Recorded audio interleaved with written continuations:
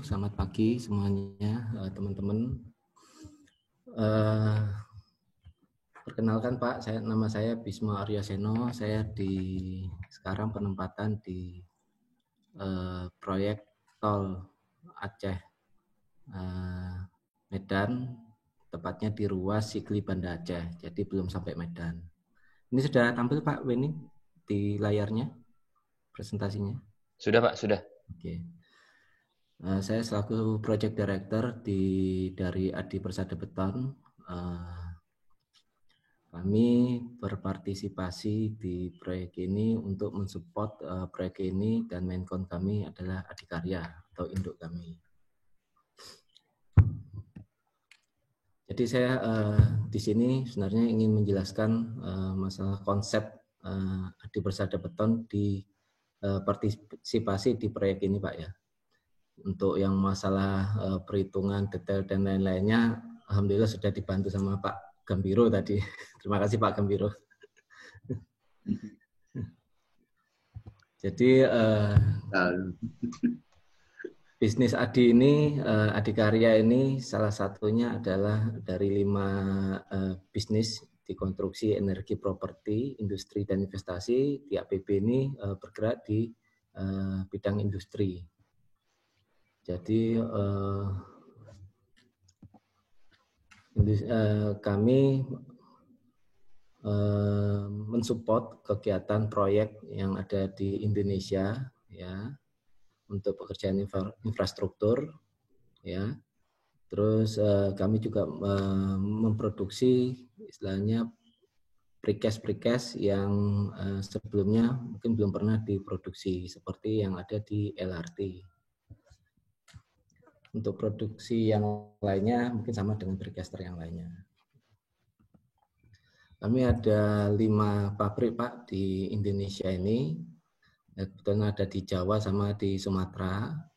Yang pertama ada di Mojokerto, terus kedua di Sadang, Purwakarta, ketiga ada di Kelapa Gading, terus yang keempat ada di Jakarta Selatan, yang di Pancoran itu, yang dulu mensupport untuk LRT, sama yang terakhir ada di Aceh, di Sumatera. Nah, yang 2 pabrik ini, yang Mojokerto sama Purwakarta ini sifatnya retail. Terus yang sisanya itu dedicated Pak. Jadi Kelapa Gading itu untuk jalan layang ya, 6 ruas Kelapa Gading. Terus yang di Jakarta Selatan itu khusus untuk LRT, yang untuk di Aceh khusus untuk proyek tol. Jadi dedicated yang 3. Nah, khusus yang di Aceh ini Pak, kami memproduksi PCI girder mulai dari bentang 16 meter, 25 meter, 30 meter, 35 meter, dan yang paling panjang 40 meter. Kami juga ada pekerjaan barier sama supply ready mix. Jadi APB ini memiliki sertifikat OSAS 9001 tahun 2015 untuk Health and Safety Management System. Terus ada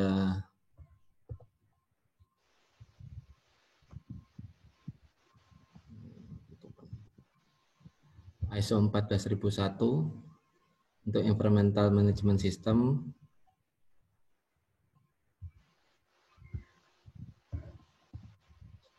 Terus SMK 3 untuk Occupational Safety and Health Management System, dan yang terakhir ISO 45001 untuk Quality Management System. Untuk proyek ini, nama proyeknya adalah pelaksanaan pembangunan jalan tol ruas Sigli Banda Aceh. Ini panjangnya 74 kilo, Pak. Lokasinya ada di Kabupaten Aceh Besar dan Kabupaten Pidi.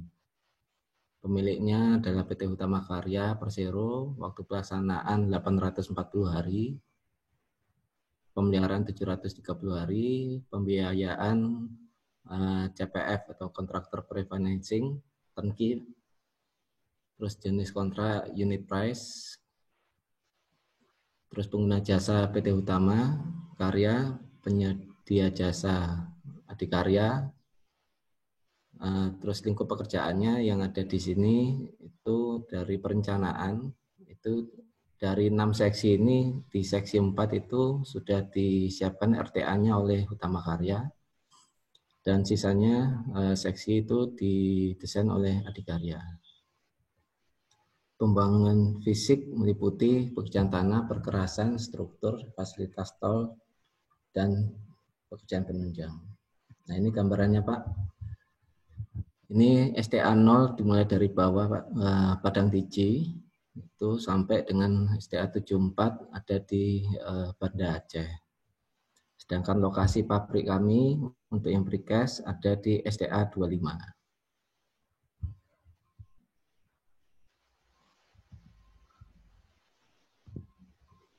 Ini gambaran layout pabrik kami. Pabrik kami ini memiliki luas kurang lebih 10 hektar, berada di pinggir jalan raya Banda Aceh Medan. Kami di sini ada 2 shelter, Pak, untuk produksi girder. Terus ada 2 batching plant, yang satu kapasitas 90 kubik per jam, yang satu 60 kubik per jam. Nah, di shelter ini kami ada molding untuk girder itu panjang yang di shelter 1 panjang 40 ada 2 unit, sama panjang 35 ada 1 unit. Terus untuk yang di shelter 2 ada panjang 16, panjang 25, 30 sama 35. Nah, kebutuhan ini, jumlah molding ini berdasarkan dari BQ yang kami terima. Kami menyesuaikan dengan jumlah panjang girder yang diminta oleh proyek.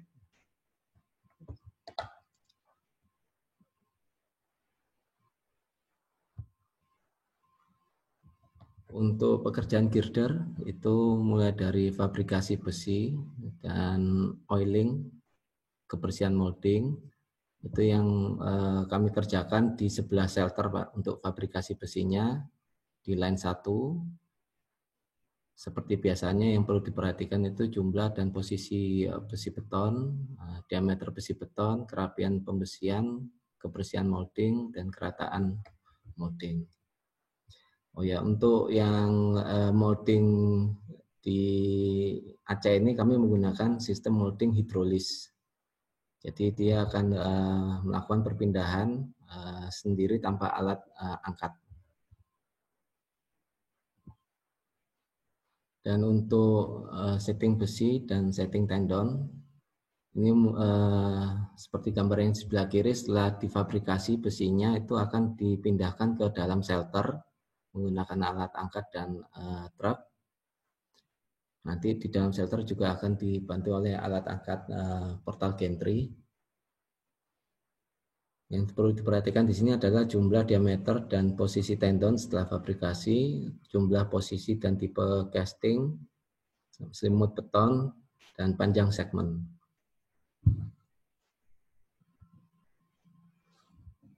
Untuk penutupan molding setelah setting pembesian di atas molding sudah siap, maka dilakukan penutupan molding. Itu yang diperlukan adalah kelengkapan pengunci dinding, cetakan, dan bajinya, ketegakan dinding cetakan, kelengkapan jack brace dan separator, dimensi, jarak antara dinding, tebal, tinggi, dan panjang segmen, dan kelengkapan alat vibrator.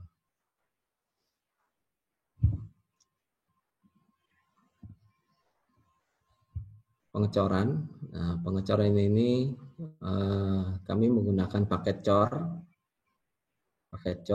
dengan menggunakan remote, sehingga pekerja tidak berada di atas paket cor.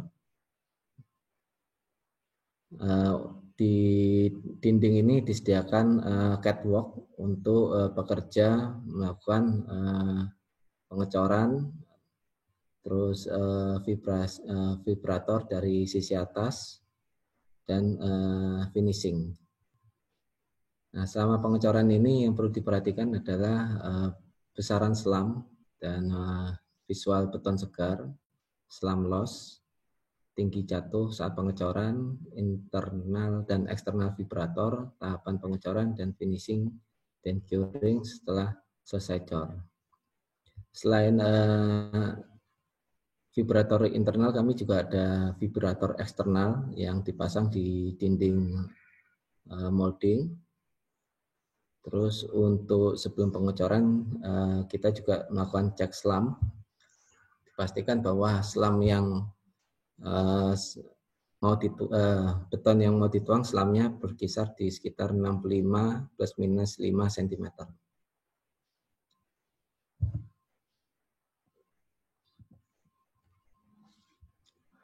Ini untuk demolding atau buka molding dan pindah produk. Yang perlu kami perhatikan di sini adalah metode demolding. Ini memang sudah menggunakan sistem hidrolis, jadi dia akan buka sesuai dengan yang kita remote. Terus umur beton saat demolding, umur beton ini sekitar 10-12 jam. Terus penempatan dinding cetakan, metode pengangkatan, dan penempatan stok. Setelah dibuka ini moldingnya akan yang ujung-ujung akan dibongkar, terus yang sisi kanan kiri akan digeser ke sisi yang selanjutnya, sehingga untuk sisi selanjutnya juga sudah disiapkan pembesian, sehingga tinggal tutup molding lagi. Pengangkatan kita menggunakan portal gantry. Portal gantry ini dia langsung akan menuju ke stockyard. Apabila akan ditempatkan di sisi stockyard lainnya, akan digunakan truk untuk mobilisasi dan akan diturunkan di portal gantry lainnya atau menggunakan crane. Crane yang digunakan ini crane 50 ton.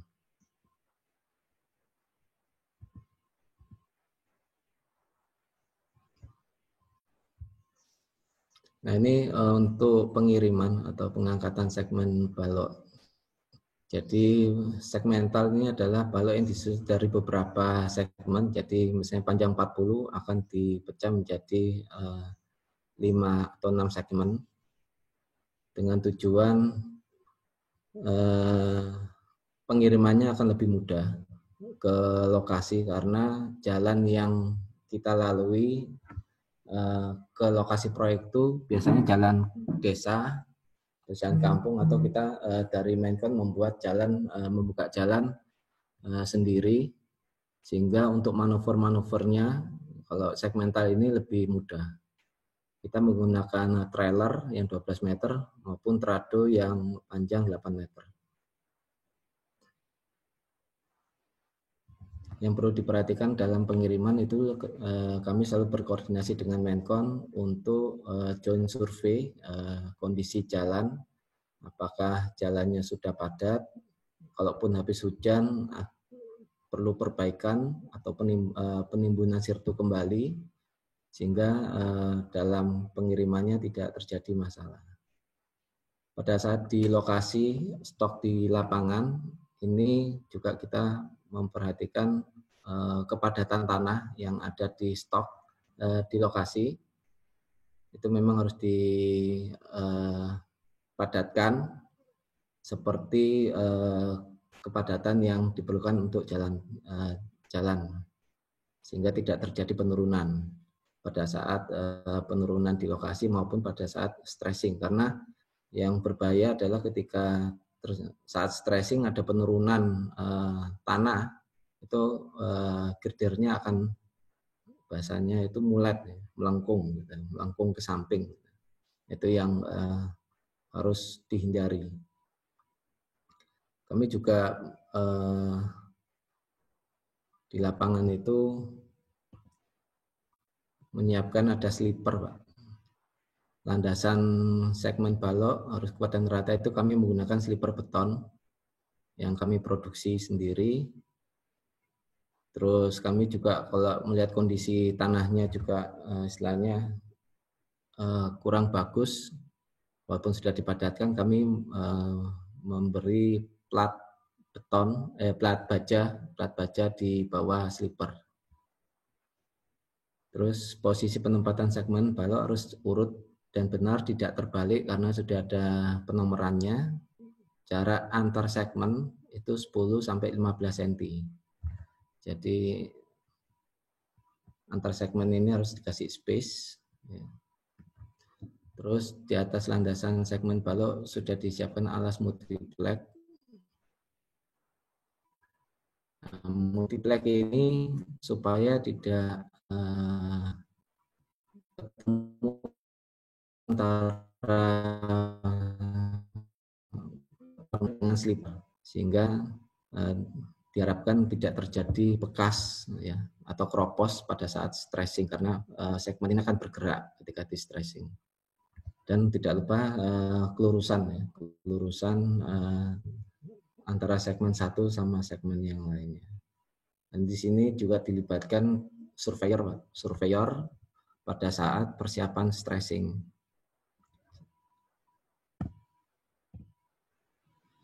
Untuk stressing sendiri ini data yang disiapkan adalah hasil tes kuat tekan beton. Jadi sudah diharapkan sudah ketemu K600 ya. K600, terus pekerjaan dimulai dengan sistemnya angkur hidup-hidup, terus install strand, jadi nyodok strand, terus install epoxy bonding pada sambungan antar balok, tarik strand. Nah, apabila tidak ada masalah, stressing dilanjutkan karena stressingnya bertahap. Terus pemotongan strand, terus kemudian growthing tendon. Nah, growthing tendon ini memerlukan waktu 3 hari untuk bisa kering. Terus angkur hidup ditutup mortar dan surface finishing di ujung-ujung strand itu untuk betonnya terlihat rapi. Setelah itu selesai. Ini visualisasinya, Pak. Setting, install, terus ada epoxy bonding di setiap pertemuan segmen, terus epoxy bonding di sambungan antar segmen,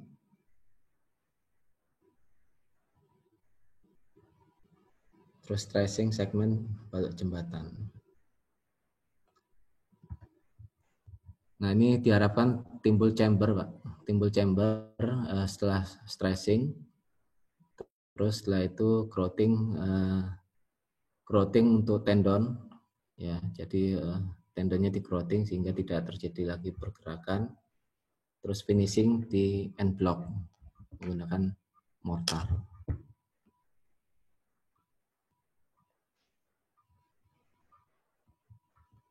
Ini dokumentasinya, Pak.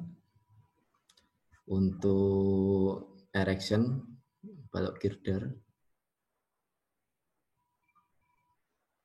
Nah, ini adalah pengamanan setelah erection dengan metode balok kayu dan pengelasan. Ini untuk menjaga stabilitas girder apabila terjadi gempa yang minim. Terus pengamanan girder di stockyard menggunakan bracing. Kami menyiapkan ada bracing dari baja di sisi luar. Nah, untuk yang di sisi dalam kami menggunakan kayu-kayu seperti ini.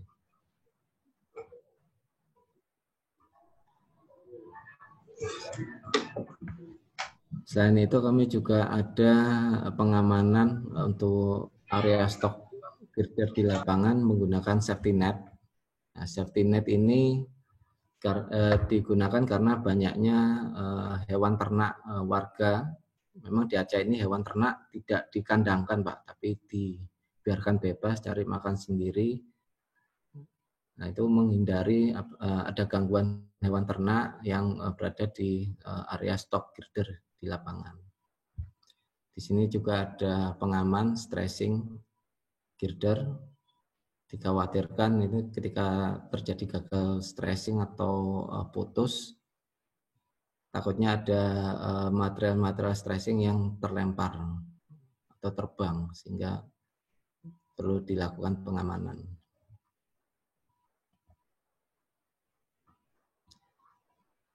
Selain girder, kami juga ada pekerjaan barrier yang menggunakan alat. Alat yang digunakan ini ada dua merek, Pak. Satu Gomaco, satunya Power Gerber. Jadi barrier di tol ini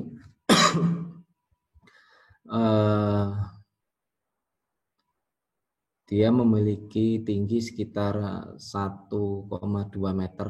Ya. Terus kami menggunakan alat ini dengan tujuan mempercepat pengerjaan dan hasilnya lebih rapi daripada pengecoran secara in situ. Nah, pekerjaan yang perlu disiapkan itu adalah fabrikasi. Fabrikasi besi itu kami lakukan di stockyard kami, di plant kami atau di workshop. Terus selain itu ada pekerjaan persiapan lahan, adalah pembersihan lahan, terus setting elevasi LC, link konkret, terus hamparan LC, sama setting kelurusan terhadap atau kerataan terhadap LC. Kerataan ini hubungannya dengan elevasi besi. Apabila dia tidak rata, maka besinya akan naik turun. Nah, pembersihan sendiri ada pemotongan, pembentukan, setting rangkaian besi pada posisi yang telah ditentukan. Jadi motong bengkok dilakukan di workshop, setelah itu dikirim ke lapangan, setelah itu dirangkai di lokasi yang mau akan dipasang. Dan kemudian ada persiapan pengecoran, pembersihan LC, pemasangan pipa konduit, cor perkuatan besi, setting elevasi acuan. Acuan itu nanti elevasi acuan adalah terhadap rigid. Rigid naik, top barrier akan naik berapa senti terhadap rigid, dan top itu akan mengikuti elevasi rigid. Terus memasang string line. String line ini ya untuk guidance alat cornya ini bergerak mengikuti lengkung dan elevasi dari rigid. Setelah itu melakukan final cek elevasi.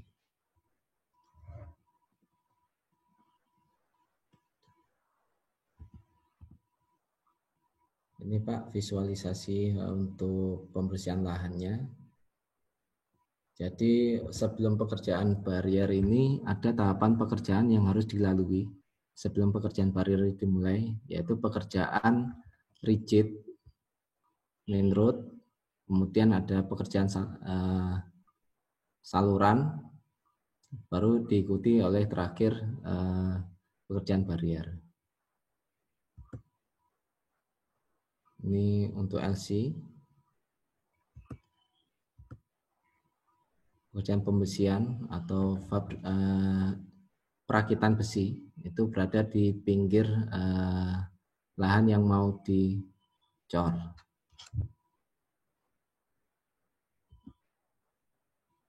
Ini pemasangan pipa konduit untuk kabel-kabel. Ini perkuatan besi, ini kami melakukan cor dengan mutu yang sama dengan barrier. Ini dengan tujuan pada saat alat cor ini bergerak tidak akan menggeser posisi besi.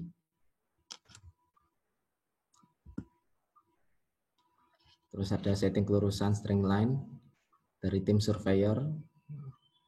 Nah ini barrier ini naik turun dan beloknya akan mengikuti elevasi rigid maupun lengkung dari rigid.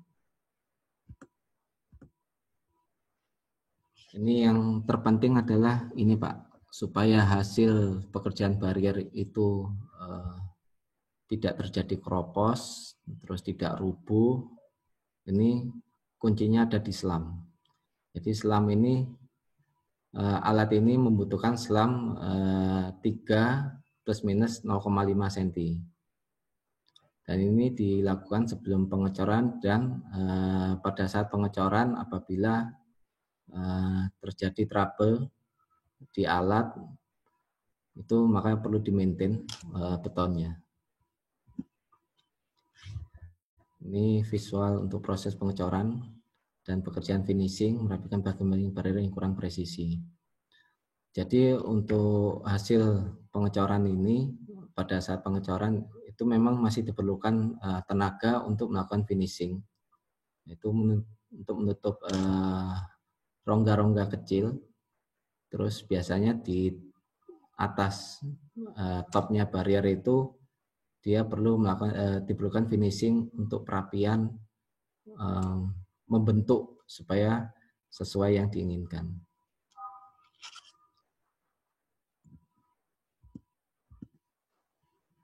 Nah, ini untuk pekerjaan dilatasi. Dilatasi ini kami menggunakan plat baja yang kami buat cetakannya seperti bentuknya barrier. Nah, ini lebih baik daripada kita melakukan cutting pada saat beton sudah jadi, sudah kering, untuk menghindari retak-retak pada saat cutting. Ini untuk pembuatan lubang saluran.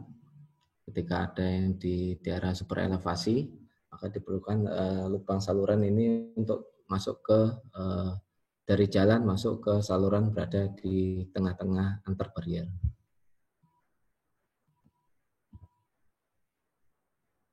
Stop cor ini penting karena ini hubungannya sama hasil visual maupun pengecoran selanjutnya. Jadi pada saat cor sudah selesai maka kami melakukan pemotongan dan perapian kembali sehingga visualnya juga bagus. Yang terakhir adalah curing. Curing pada saat setelah pengecoran.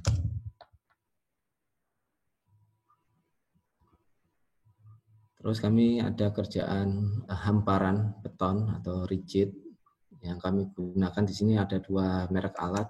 Satu Power Paver dan satunya adalah Virgin. Jadi pekerjaan dimulai dari persiapan alatnya adalah alat utama itu alat dari alat paver itu sendiri, terus bahan bantu seperti plastik cor ya, itu pembatas antara LC dengan beton rigid, terus fabrikasi besi itu berada di workshop. Terus setting lokasi ini adalah untuk mempersiapkan pengecoran nyeting seperti alat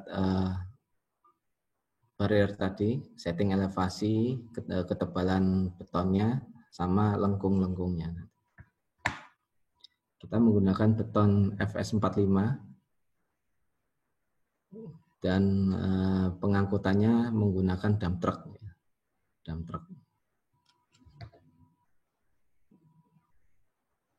Terus ada menyiapkan benda uji sama joint filler. Pekerjaan pasca cor, grooving, curing, sama cutting beton, dan setelah itu dilakukan sealant setelah di cutting.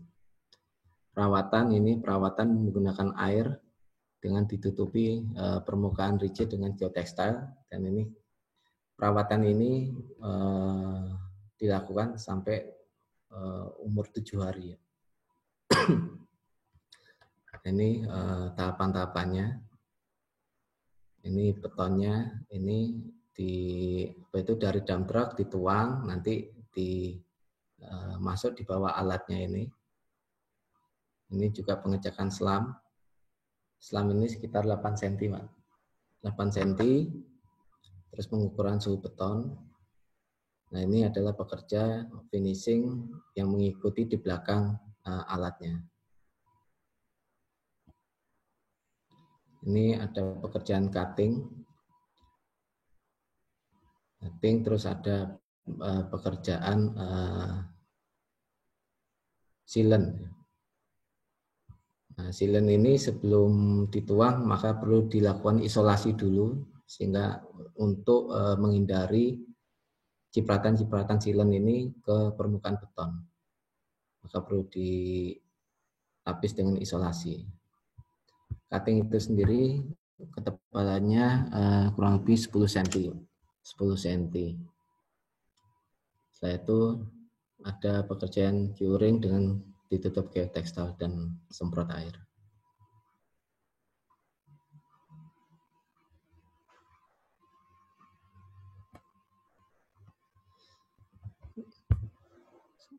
Jadi proyek ini dimulai sebelum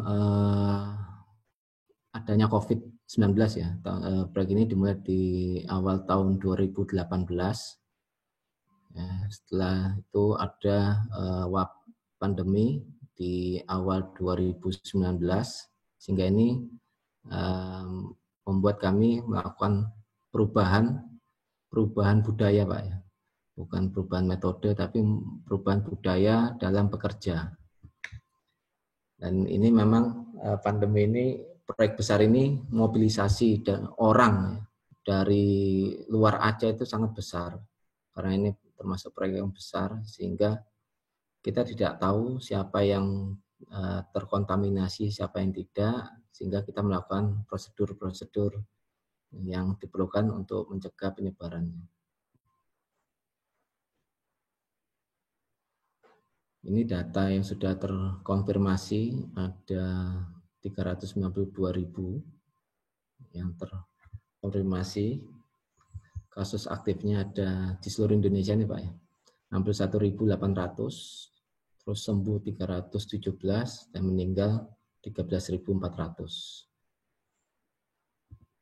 Sedangkan untuk di Aceh, ini yang positif terkonfirmasi 7.037 orang, dalam perawatan 1.700, yang sembuh 5.090, dan yang meninggal 246. Dari seluruh Aceh ini, di area kerja proyek ini yang ada di Aceh Besar, ini data terakhir tanggal 22 Oktober itu ada 1.481 yang masih positif. Ini posisi kedua terbesar setelah Banda Aceh. Dengan persentase kasus positif di Kabupaten Aceh Besar sebesar 20,72% dari total keseluruhan kasus di Provinsi Aceh. Alhamdulillah untuk staf APB itu tidak ada yang positif.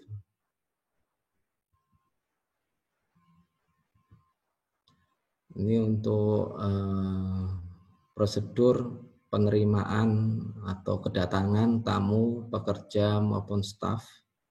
Ya, kami gambarkan di layout ini. Kami di proyek ini di dalam pabrik menyiapkan ruang khusus klinik yang ada di sini, Pak. Ruang K3 dan P3K. Kami membuka klinik dan ini juga ruang staf perawat di sini. Di depannya ada kantor utama dan penerimaan tamu di depan. Ini adalah posisi-posisi produksi dan stok yard. Ini gudang, workshop, staging plant. Nah, kami di setiap area kerja itu menyediakan wastafel. Di sini kami menyediakan 7 posisi wastafel yang ada di pintu gerbang, depan kantor, di depan klinik, di dalam shelter, di area fabrikasi besi, terus di area gudang, sama lab. Nah, ini dokumentasi untuk pekerja yang datang masuk ke dalam area pabrik, wajib menggunakan masker, terus mencuci tangan, pengecekan suhu, terus mengisi absen ADI Manpower. Apabila kami menerima dokumen dari security melakukan penyemprotan disinfektan pada benda yang datang sebelum diterima oleh penerima.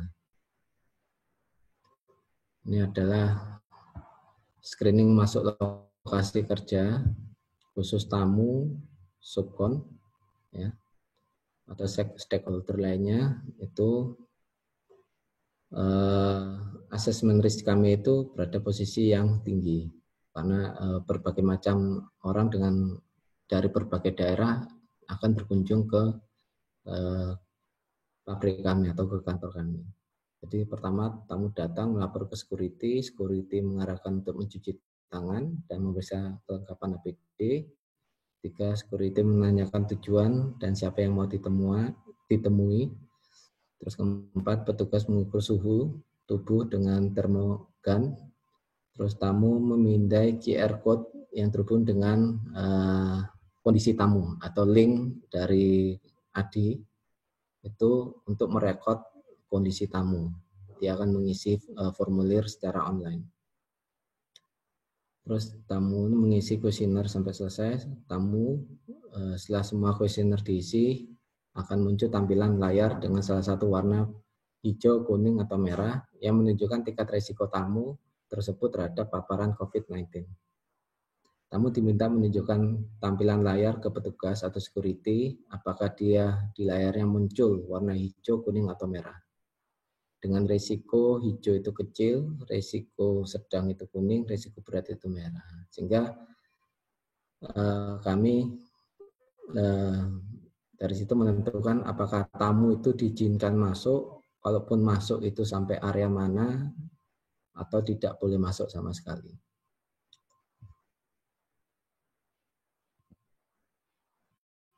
Ini visualisasi untuk proses kedatangan tamu, diukur suhu oleh petugas, terus tamu wajib menggunakan masker, tamu mengisi form kesehatan, scan QR code,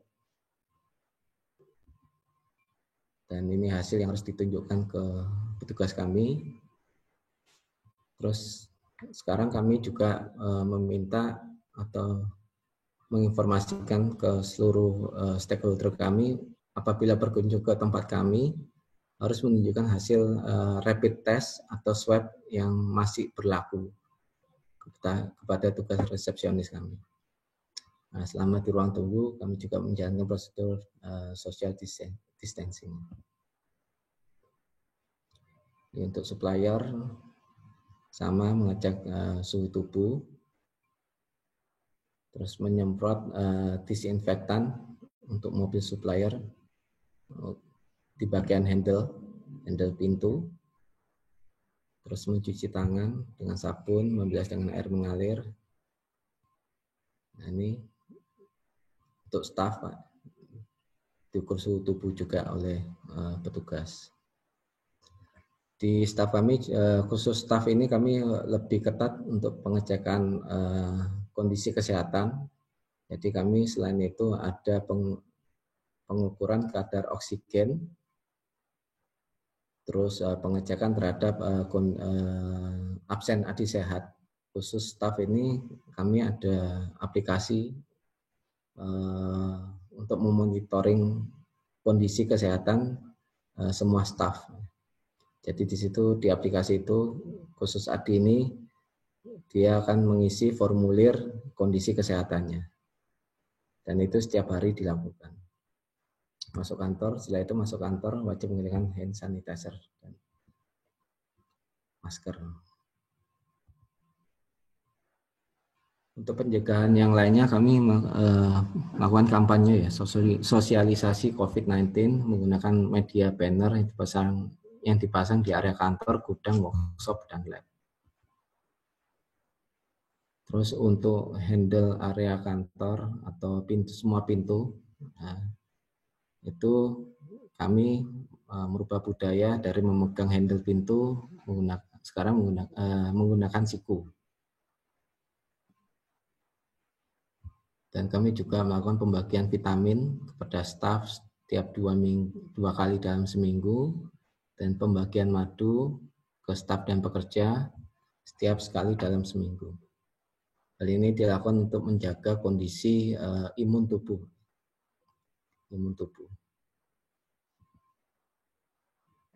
Selain itu dilakukan penyemprotan disinfektan untuk semua kantor, mes, workshop itu seminggu sekali.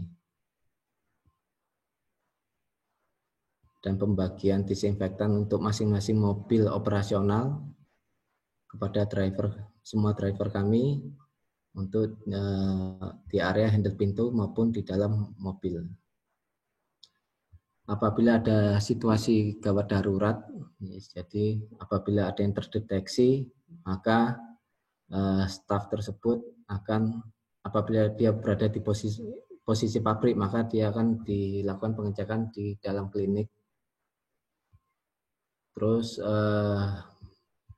pengecekan ini indikasinya adalah terhadap suhu tubuh, gejala-gejala COVID ya, sehingga kita melakukan isolasi, jadi dengan melakukan mobilisasi oleh khusus staf K3 dan dilengkapi dengan hazmat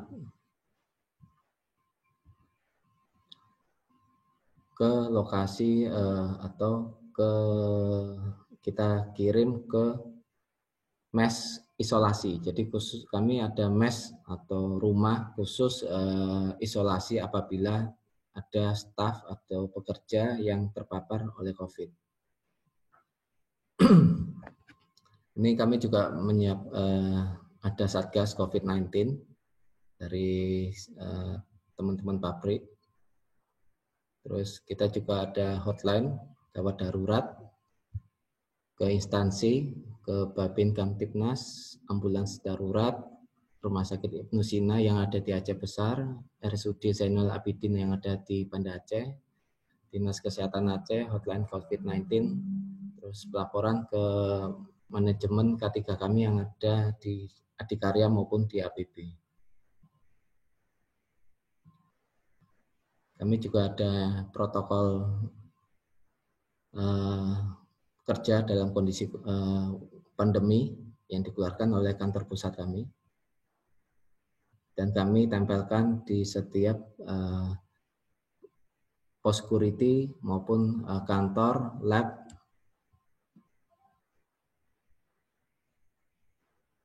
instruksi penerimaan pekerja dan pengendalian identitas, ini kami juga siapkan. Dan ini implementasi untuk pekerjaan di lapangan. Jadi semua pekerja harus menjaga jarak dalam bekerja, kemudian dilengkapi dengan masker.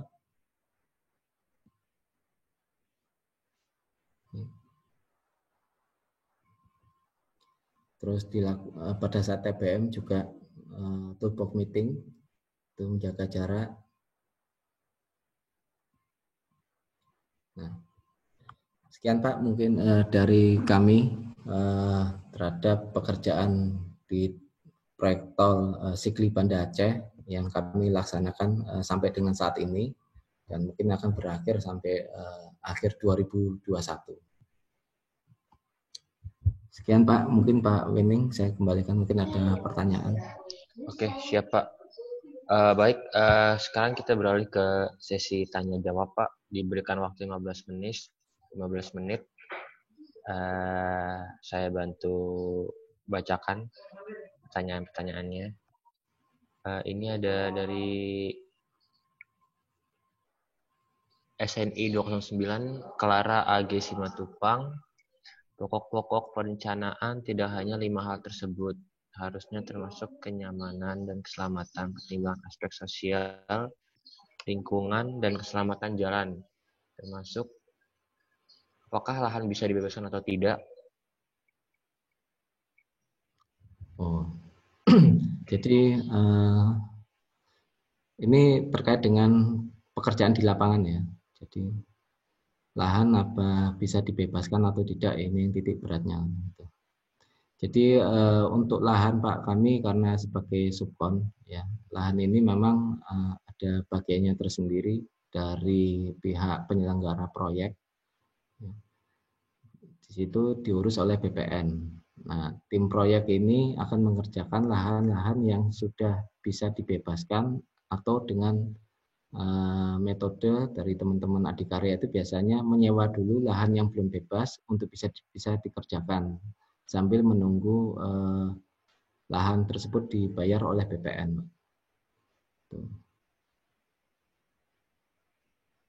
Oke, baik Kak.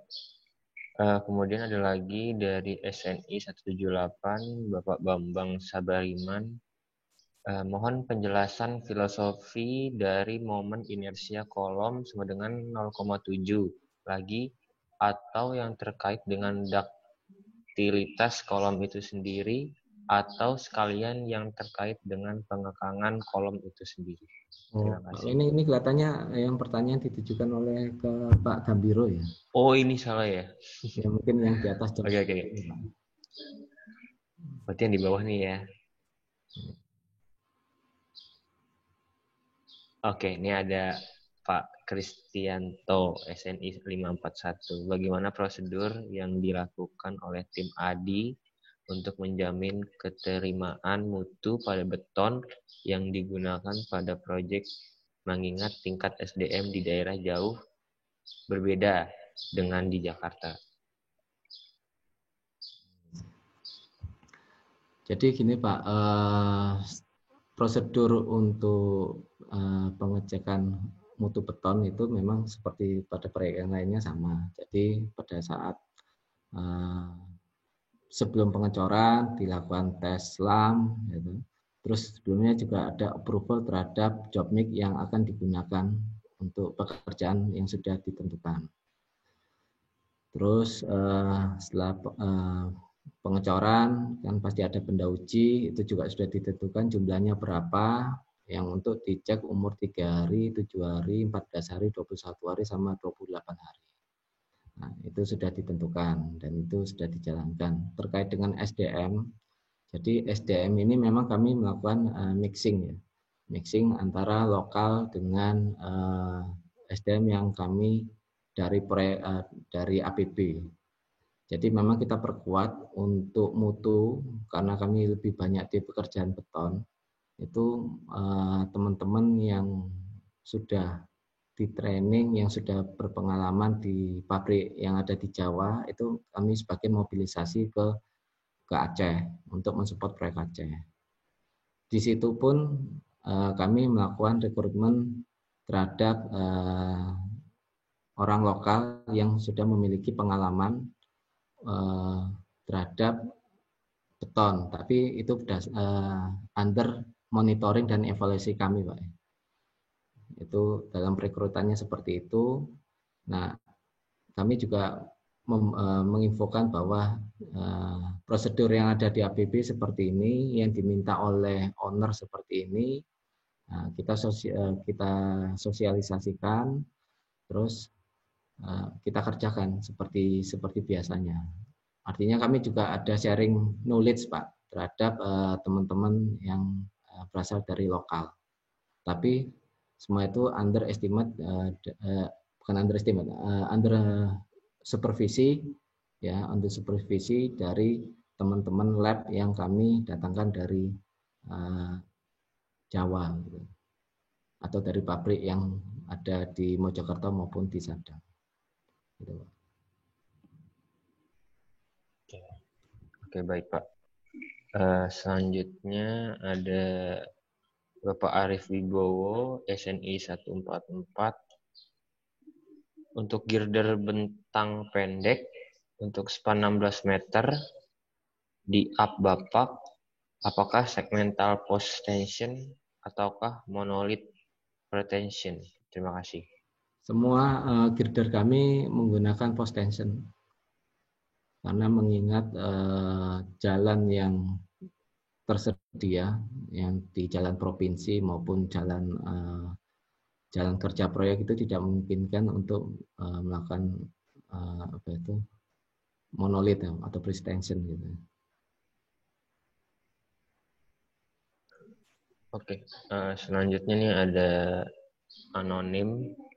Bagaimana kalau pada saat stressing hasil elongasi tidak memenuhi dan apakah strain harus diganti jika tidak terpenuhi? Ya, jadi untuk kami memang pernah terjadi kasus Pak ya, kasus ada satu balok ya, satu balok atau dua balok kalau nggak salah, dua balok itu pada saat di stressing dia melengkung ke samping. Itu diakibatkan oleh pada saat itu memang kondisinya habis hujan ya, terus pemadatannya tidak bisa lagi untuk di apa itu di bawah sleeper, dan kami hanya menunggu kering, tapi karena itu hujan berulang kali dan proyek juga membutuhkan balok tersebut untuk bisa di-erection, akhirnya dengan kondisi kering yang menurut kami sudah kering itu pun pada saat di-stressing ada terjadi penurunan elevasi atau slipper sehingga balok itu melengkung. Melengkung setelah dirapatkan itu akhirnya balok tersebut tidak boleh dipakai. Jadi kalau apabila dia sudah di stressing, di growting, apalagi sudah di growting, itu tidak bisa untuk dipakai. Tapi kalau masih belum di growting, terjadi indikasi itu masih bisa diperbaiki, Pak. Bisa diperbaiki. Oke, baik Pak. Kemudian ada lagi dari Bapak Bambang Hedi Herdiono, SNI 176. Maaf Pak Bismo, izin bertanya, material alamnya berasal dari mana Pak? Apa dalam pelaksanaan ada kendala-kendala, berarti seperti keamanan dan budaya lokal? Terima kasih. Ya, terima kasih. Jadi semua material alam kami ambil dari quarry terdekat Pak ya. Semua itu berasal dari Aceh, pasir maupun splitnya. Itu memang kita harus menghormati Pak budaya yang ada di setiap daerah yang tempat kami bekerja. Memang ada perbedaan budaya, dan itu memang kita harus komunikasikan bahwa mereka punya budaya dan kami punya prosedur, terutama itu Pak. Dalam kerjasama mereka punya kebiasaan yang biasanya mereka transaksi dengan sesama orang lokal, sekarang bertransaksi kepada perusahaan yang skalanya lebih besar dari yang sebelumnya. Nah, itu memang bisa dikomunikasikan dan bisa dikompromikan. Dan memang untuk material alam ini kami tidak bisa memilih sesuai dengan standar yang terbaik. Misalnya pasirnya, kadar lumpurnya harus di bawah 5% gitu. Ya kadang pada kondisi tertentu itu di atas itu, sehingga kita melakukan treatment sendiri untuk pasir tersebut. Kami juga akhirnya melakukan banyak alternatif job mix, ya, untuk supaya mutu itu bisa kita penuhi. Begitu juga dengan batu pecah. Batu pecah itu ya, bentuknya tidak kubikel gitu Pak, karena mereka menggunakan jo. Ya, di sini tidak ada yang menggunakan cone sehingga bentuknya lancip-lancip. Sehingga itu juga akan kompensasinya ke semen. Penggunaan semen kami juga yang harus lebih banyak dari yang kami perkirakan. Jadi apa yang ada ya sudah dikerjakan saja. Oke, baik Pak. Kemudian ada lagi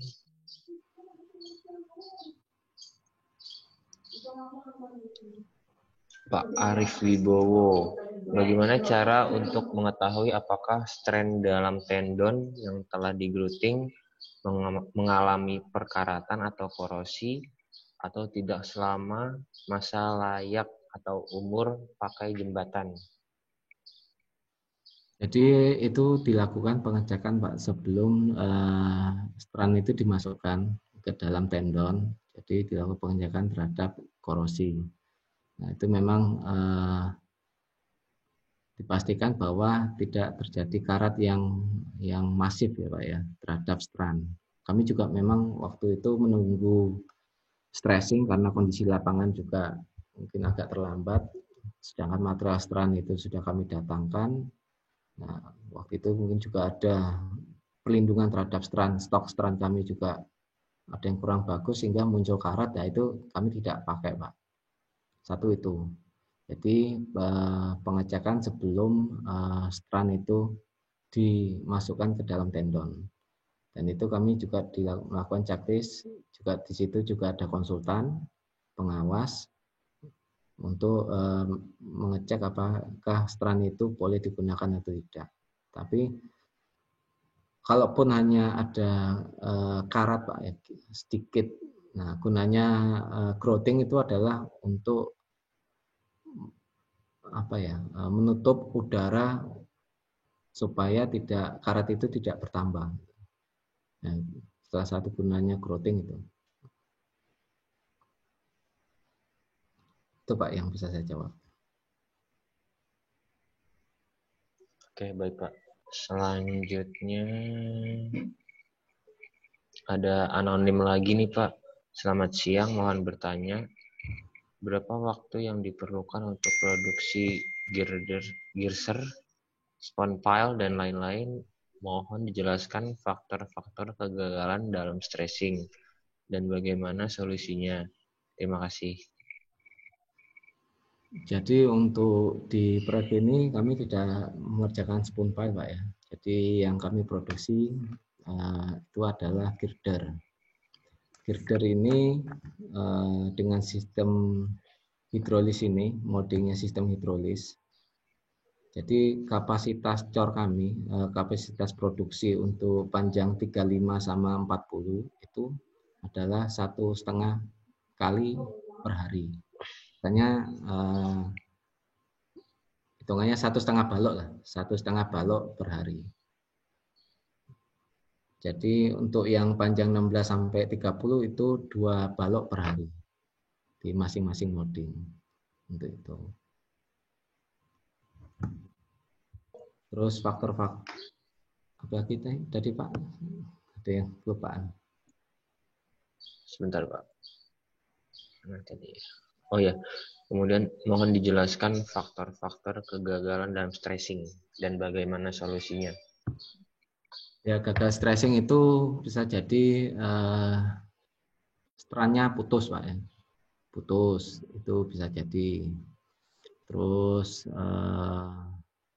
stressing itu dinyatakan gagal terjadi elongasi itu tadi. Terjadi elongasi atau lengkung ke samping itu melebihi dari yang dipersyaratkan, itu dianggap gagal. Nah, itu yang perlu diperhatikan memang adalah pertama kondisi strand. Ya, kondisi strand itu dipastikan tidak ada karat yang masif, Pak, ya, yang masif. Cuma kalau cuma dia karatnya titik-titik gitu aja masih diperbolehkan di proyek ini. Itu terus yang kedua untuk yang terjadi elongasi itu adalah yang terpenting adalah kepadatan tanah, Pak. Kepadatan tanah jangan sampai pada saat di stressing, karena stressing itu mengakibatkan chamber dia akan melakukan penekanan terhadap slipper melakukan penekanan terhadap tanah itu, sehingga tanah itu apabila dia kuat tidak turun, maka dia tidak mulet ke samping.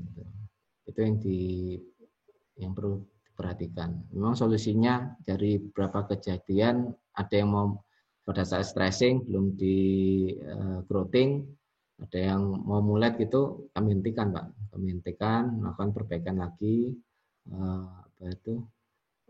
dilakukan cek untuk diangkat sedikit, terus ditambahi dudukan di beberapa titik yang diperlukan menggunakan kayu atau triplek. Yang penting elevasi itu tidak berubah pada saat distressing. Elevasi itu dudukannya.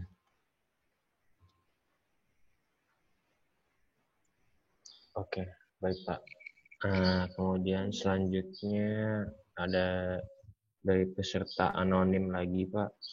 Mohon izin bertanya Pak, untuk pengangkatan girder saat erection menggunakan alat lifter girder atau digendong atau gimana Pak? Silahkan. pada saat erection ya. Iya. Jadi pada saat erection proyek itu menggunakan dua metode. Pertama menggunakan launcher, ya launcher. Yang kedua menggunakan crane. Crane itu yang digunakan sampai sekitar 250 ton, Pak, yang digunakan. Jadi ada dua crane 250 ton untuk mengangkat segmen yang paling tinggi itu, yang paling panjang 40 meter. Ini seperti di presentasi tadi. Ini cuma di presentasi tadi itu ada dua crane yang 250 ton itu mengangkat ujung-ujung girder untuk ditempatkan di masing-masing barhead. Nah, kalau yang di bawahnya itu sungai, air, itu menggunakan launcher. Launcher itu mulai dari ujung abutment akan dibawa ke tengah bentang yang di bawahnya ada sungai. Itu, Pak. Jadi posisi girder yang sudah di stressing itu tidak sampai harus digendong dibawa gitu ya, jalan gitu enggak. Jadi dia sudah posisi yang tinggal diputar saja dari posisi di bawah ke atas, memang cuma harus diputar saja dan tinggal dipasang. Itu, Pak. Oke, baik, Pak. Kemudian selanjutnya ada dari Bapak Albert Skonardo, SNI 062. Selamat pagi, Pak. Saya ingin bertanya, apabila terdapat keretakan sewaktu di erection, bagaimana cara penanggulangannya? Apakah ada kemungkinan diganti girder baru? Terima kasih. Retak ya. Retak itu kan timbul biasanya akibat stressing, Pak. Stressing. Nah, akibat stressing dan itu akibat dari tidak meratanya pada saat di stressing. Jadi dia mungkin prosedurnya salah, ya, urutan stressingnya salah sehingga terjadi penekanan yang berlebihan pada salah satu sisi beton. Nah, itu yang kita memang memperhatikan itu urutan stressingnya, lubang mana yang harus di stressing dulu sehingga lebih merata ketika terjadi stressing. Nah, apabila ada muncul retak itu diidentifikasi dengan apakah dia hanya retak permukaan yang mengakibatkan gompal, ya, itu masih bisa di treatment, Pak, di treatment karena namanya juga girder ini kan bukan pekerjaan Tuhan, jadi pekerjaan manusia pasti ada yang istilahnya yang kurang. Nah, kurang ini masih bisa ditolerir apabila dia hanya retak permukaan saja. Retak permukaan. Retak permukaan itu dia tidak nyambung biasanya. Tidak nyambung ke sisi sampingnya atau sisi atasnya. Gitu. Jadi itu yang bisa ditreatment. Nah, kalau sudah retak nyambung, nah itu setelah di stressing ya sudah tidak bisa diapa-apakan lagi, Pak. Itu harus diganti karena kalau mau dibongkar itu sudah kondisi tegang, itu sangat berbahaya.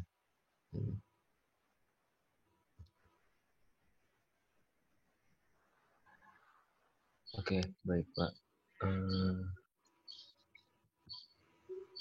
Ada lagi nih, Pak, dari SNI 731, Bapak Prima Sukma Yuwana. Selamat pagi, Pak. Mohon maaf mau tanya, kira-kira umur beton berapa yang paling optimal untuk dilakukan stressing? Kemudian berikutnya, jika balok adalah 2 bentang menerus, apa dilakukan stressing masing-masing balok atau dijadikan satu menjadi balok menerus? Terima kasih. Jadi untuk umur beton itu sudah 28 hari itu yang sudah optimal, Pak, ya, untuk dilakukan stressing. Dan kebetulan memang untuk di proyek ini kami kecepatan produksi itu melebihi dari kesiapan lahan untuk di stressing. Terus yang kedua, balok dibuat menerus gitu Pak ya. Jadi dibuat menerus. Ini maksudnya segmen atau 2 balok yang sudah jadi gitu? 2 balok sih Pak. Ya, ya gini, kalau 2 balok enggak bisa Pak ya. Artinya misalnya panjang 40 disambung lagi ke panjang 40 jadi 80 gitu menerus, itu sudah enggak bisa karena kan sudah didesain seperti itu, tidak ada lagi ekstra tendon, tidak ada lagi, pertama itu ya perhitungannya sudah pas gitu. Jadi kalau segmen ya memang metodenya seperti itu. Kalau segmental ya kita sudah didesain segmental, sudah disiapkan besinya seperti apa, mengakomodir lebar tendonnya, dan lebar tendon, diameter tendon mengakomodir jumlah dan diameter strand, sehingga itu yang sudah didesain gitu.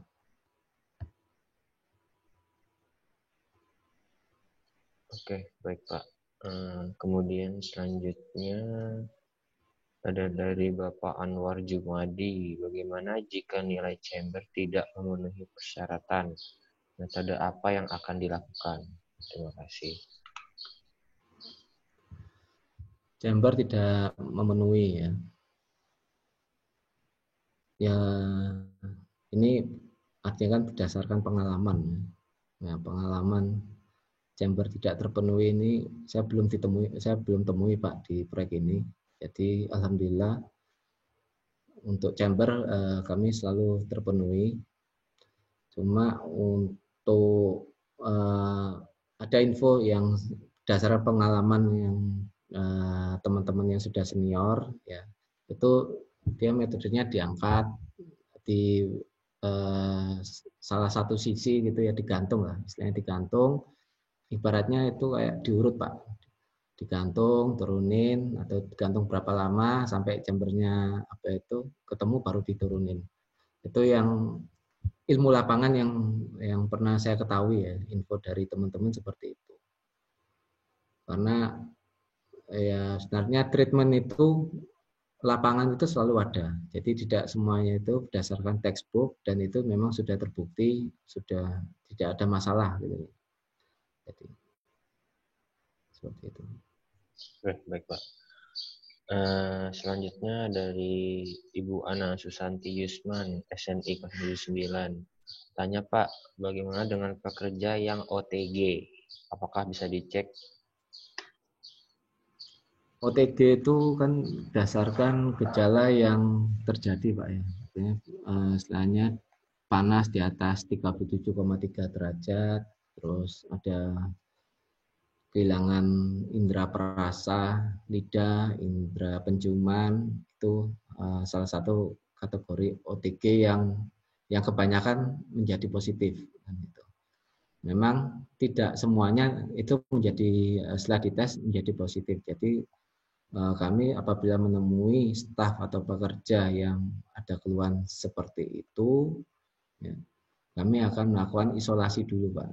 Isolasi, terus melakukan rapid kepada orang yang menderita itu, ya, orang yang menderita itu, terus misalnya jadi OTG-nya ke teman-teman yang lainnya belum merasakan hal yang seperti yang dirasakan oleh teman ini, yaitu kita data, pernah berkomunikasi dengan siapa, setelahnya berdekatan ya, face to face, terus tidurnya dengan siapa, terus kalau kerja itu dengan siapa, nah itu yang kita identifikasi dan kami melakukan rapid test, Pak.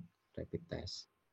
Tapi kalau yang sudah yang merasakan kehilangan penciuman, panasnya tinggi, kami melakukan swab dulu terhadap orang tersebut. Nah, kalau orang tersebut sudah positif, nah teman-temannya lainnya akhirnya kita isolasi, Pak. Isolasi kami dengan pandangan ini pasti terkontaminasi juga gitu. Nah, kami sudah sediakan mes atau rumah yang kami sediakan yang untuk menampung teman-teman yang OTG tersebut, indikasinya OTG.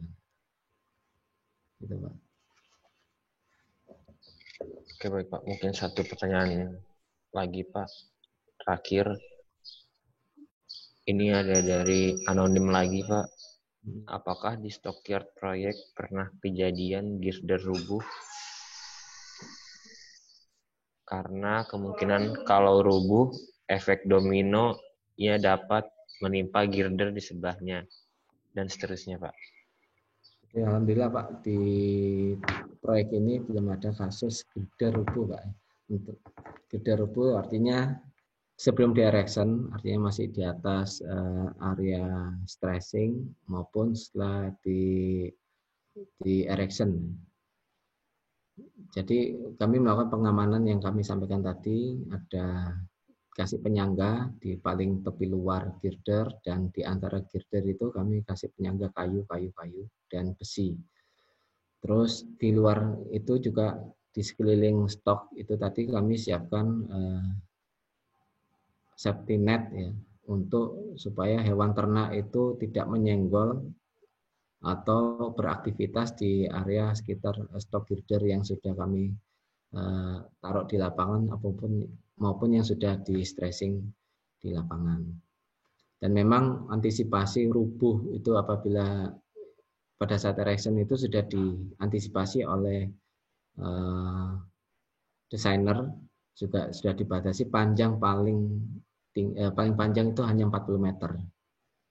Memang awal desainnya itu ada yang sampai 45 sampai 50, tapi sudah dirubah, sudah diamandemen menjadi panjang maksimalnya 40 meter.